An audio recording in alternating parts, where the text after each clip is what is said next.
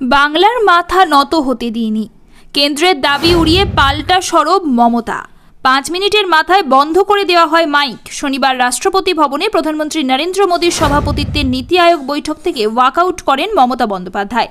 Mic বন্ধ করে তাকে অপমান করা হয়েছে বলে জানিয়েছেন তিনি।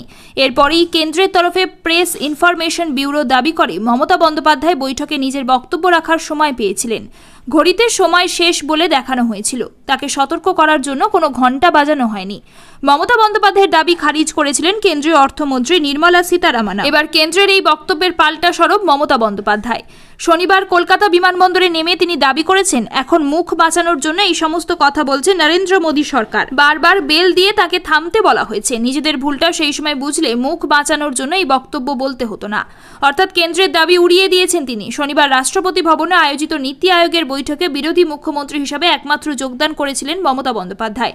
কিন্তু 5 মিনিটের বেশি তাকে বলতে দেওয়া হয়নি বলে অভিযোগ করেন বাংলার মুখ্যমন্ত্রী। আর সেই কারণেই বৈঠক থেকে ওয়াকআউট করেন তিনি। মমতা বন্দ্যোপাধ্যায় কলকাতায় ফিরে বলেন, আমার আগে চন্দ্রবাবু নাইডু বলেছেন 20 মিনিট। অসম, ছত্তিশগড়, অরুণাচল, গোয়ার মুখ্যমন্ত্রীরা কেউ 15, 16, 17 বা 20 মিনিট বলেছেন। কিন্তু আমার বক্তব্য যেই 5 মিনিটে পড়তে যাবে সেই সময় বেল দিতে থাকলো।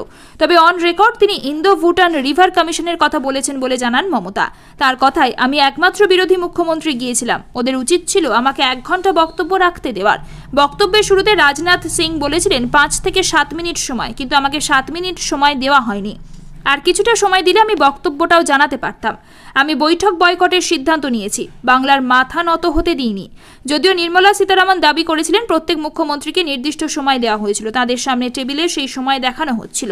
নির্মলার মন্তব্যে পাল্টা ফুঁসে উঠেছেন মমতা। তিনি বলেন, শাক দিয়ে মাছ ঢাকা যায় না।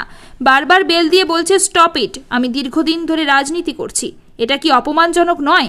এখন মিথ্যে কথা বলছে, নিজেদের ভুলটা বুঝলে এটা করত না।